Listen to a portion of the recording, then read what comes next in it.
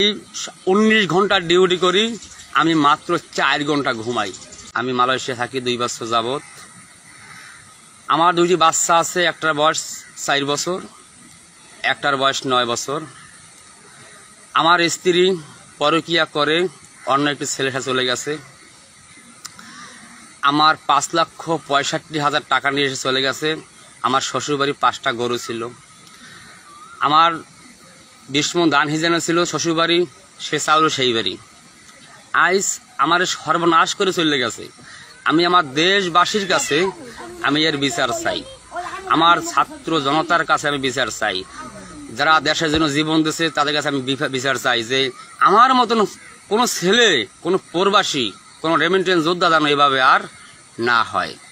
আমি দেশের কাছে আমি বিচার চাই, আমার তালতলি ছাত্র জনতার কাছে আমি বিচার চাই। আমার 6 লক্ষ টাকা আমি কিভাবে উঠাবো, আপনারা আমার সহযোগিতা করবেন। আমার কমেন্ট করলে আমি সেভাবে আমি কাজ করব। আমার কিচ্ছু নাই। আমি 19 ঘন্টা ডিউটি করি, আমি মাত্র 4 ঘন্টা ঘুমাই। এই 3 বছর যাবত আমি 4 ঘন্টা প্রতি রাত্রে ঘুমাই। আমি 19 ঘন্টা কাজ করি, রুমে যাই। এই নাতিগুলো সাইকেলে আর নানাদের শুনতেছি, কথা কইছি যে সাবধান করো, সে সাবধান করে নাই। তারপর আর নানাক বাড়ি নিয়েছে 3 মাস আগে। তারপর রোজা খোলাইছি, ও আনতে গেছি, আর মায়ের সহ গেছি, আরো 4 কেজি গেছি, আর নানাই দে নাই, মায়ও আয় নাই। তারপর গিয়া এই মাইয়াই মায়ের গলা ধরছে যে আমি যাবো না। হ্যাঁ ভাই বউ কইতেছে আপারে লই আমি যাবো, হ্যাঁ 1 ঘন্টার মধ্যে আপনার কোনো চিন্তা নাই।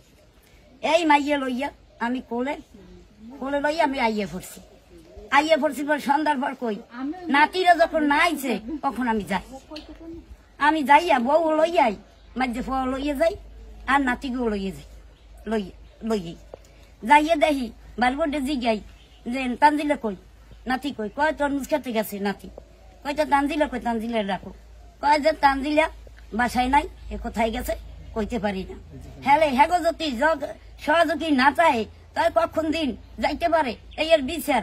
হ্যাঁ আপনারা একটা সক্য বিচার করবেন আল্লাহ রাস্তে।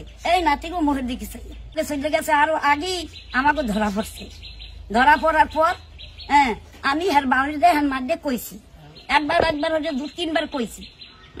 2-3 বার করার পর হেরা কোনো প্রত্যুত্তর ছাড়ে না।